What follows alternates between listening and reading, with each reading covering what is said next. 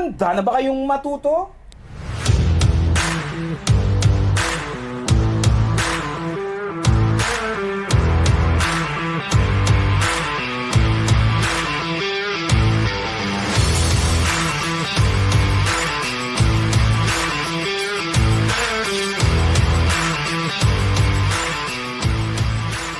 Ito, ating simula ng ating Graphic Design 101, kung saan hihimayin natin isa-isa kung ano mga dapat yung matutunan mula sa pinakasimula hanggang sa dulo.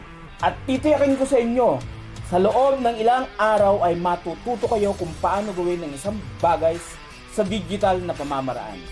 What if I told you that you need to learn for you to earn? Kahit anong larangan kailangan nating matutunan.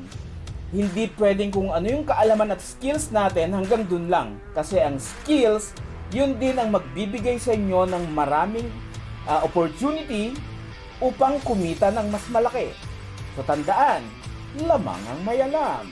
Tunghayan at ating simulan ang Graphic Design 101 Inspo TV. Ito ang iyong host, Papa Beck, ang lalaking madalas mapagkamalang Becky.